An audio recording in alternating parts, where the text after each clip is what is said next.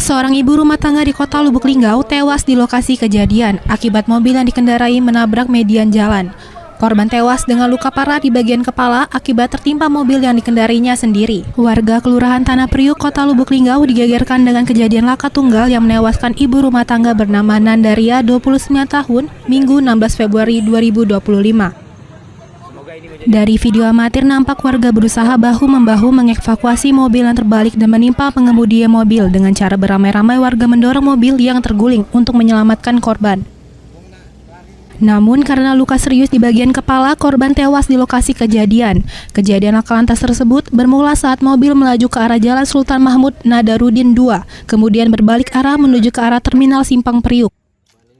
Namun tiba-tiba mobil yang dikemudikan korban hilang kendali dan menabrak median jalan yang berada di sisi kanan. Akibatnya mobil terbalik hingga menghantam mobil yang sedang terparkir. Kemudian tubuh korban tertimpa mobil dikendarainya.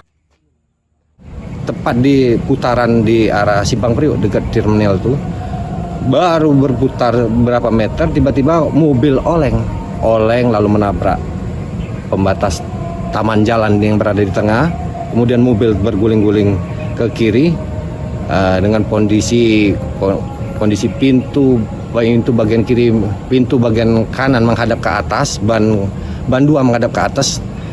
Kemudian kepala pengemudi saudara Nadia menghantam kaca sebelah kiri. Setelah menghantam kepala lalu keluar ke bagian kaca pintu depan sebelah kiri dan tertindih bagian kap mobil. Usai kejadian, korban dibawa ke rumah sakit dan dibawa ke rumah duka. Sedangkan mobil yang dikemudikan korban diamankan ke Satlantas Polres Lubuk Linggau. Dari Lubuk Linggau, Sudirman, iNews melaporkan.